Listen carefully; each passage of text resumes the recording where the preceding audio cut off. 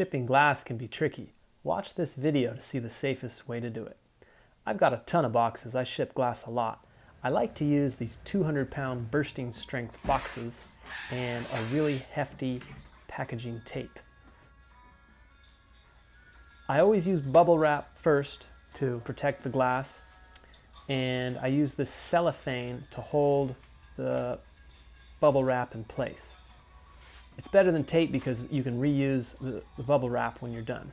Now I'm putting these little extra bits of bubble on the side and holding those in place with more cellophane, and then I put it into the first box.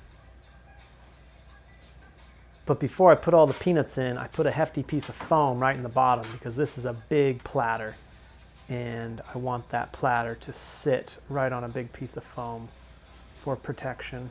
So I've got to find that little bit of foam, stick the platter in there, and then start filling it up with peanuts. You really want to make sure you cram them in there. When I was a little kid, I loved to make boxes. I always make my own boxes. It was just fun. Now that I'm a little older, I just love shipping, playing with cardboard. Anyway, back to the details. So on the second box, you really want to tape it up strong because it's going to be bumping up against all kinds of other boxes. And I tape up the edges because those flaps can catch on the other boxes and tear. And you always want to put 2 inches of peanuts all around the interior box. So 2 inches on the bottom, 2 inches on the side, and 2 inches on the top. Don't be shy with the peanuts.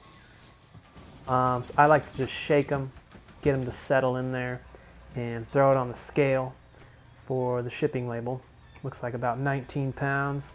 I always put in a little paperwork.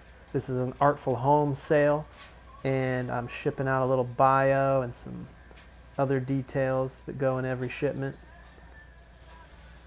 And then I fold it up, tape it up. Don't be shy with the tape either.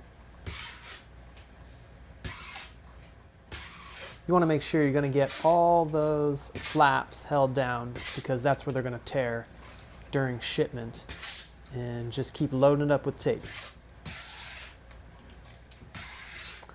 And we're almost ready for the shipping label.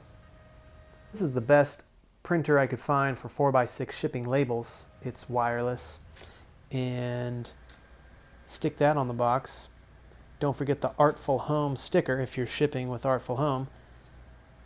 And the last move is a little bit of tape that says fragile glass.